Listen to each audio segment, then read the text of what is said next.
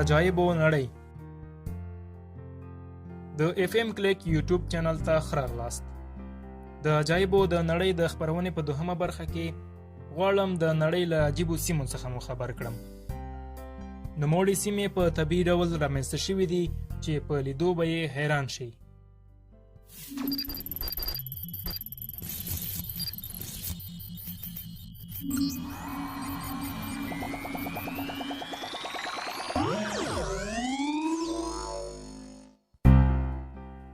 پنځم، د برموډا مثلث یا برموډا ټرینګل. نوموړې جزیرې ته ځکه د برموډا ټرینګل وایي چې د میامي، پیورتوریکا او برموډا ساحې سره یوځای شوي او یو مثلثي جزیره یې جوړه کړې ده. د نوموړې سیمې راز دا دی چې هر څه که د اوبو په سطحه وي او که په هوا کې وي د ځان په لور راکش کوي. نوموړی مثلث تر اوسه پورې په زرګونو کښتۍ او الوتکې چې له دې ساحې څخه د تېرېدو په حال کې وي ځان ته کش کړي او بیا یې آثار نه دي لیدل شوي. که څه هم خلک د دې ځای په اړه بېلابېل نظریات لري، خو هیڅ څوک هم نه پوهیږي چې هلته څه روان دي.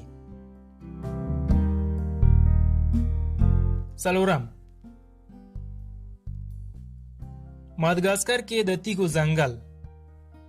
نوموړی ځنګل چې په محلي اصطلاح ورته ټیسینګي وایي 225 کیلومتره مربع مساحت لري.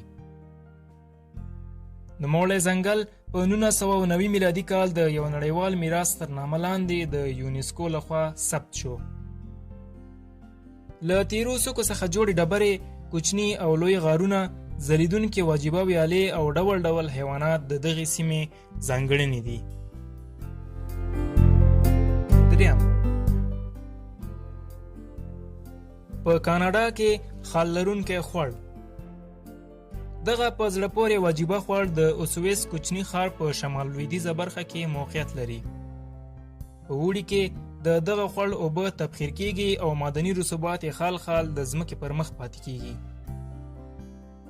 نوموړي خالونه ځکه ډېر عجیب وي چې هر یو یې له بل سره په رنګ کې توپیر لري. دوهم، په کرواسی کې د پلیتویس ویالې. نوموړې ویالې د نړۍ یو له ډېرو عجیبو ویالو څخه شمیرل کیږي.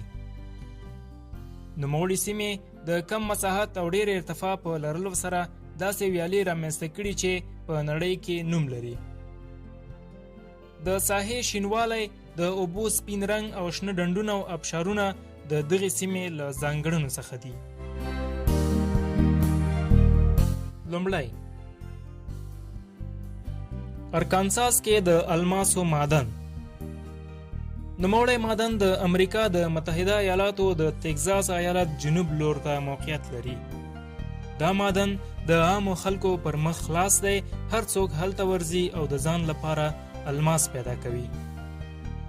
له 1902 میلادي کال راهیسې پکې 1,000 منراله الماس موندل شوي دي.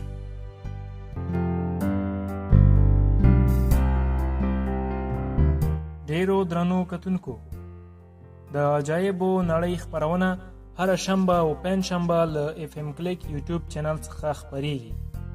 نو که غواړئ دا او د دې ته ورته نورې جالبې او په زړه پورې ویډیوګانې زموږ پر چینل وګورئ، نو د دې لپاره د مهربانۍ له مخې زموږ چینل سبسکرایب او ترڅنګ یې د زنګ نښان ته فشار ورکړئ.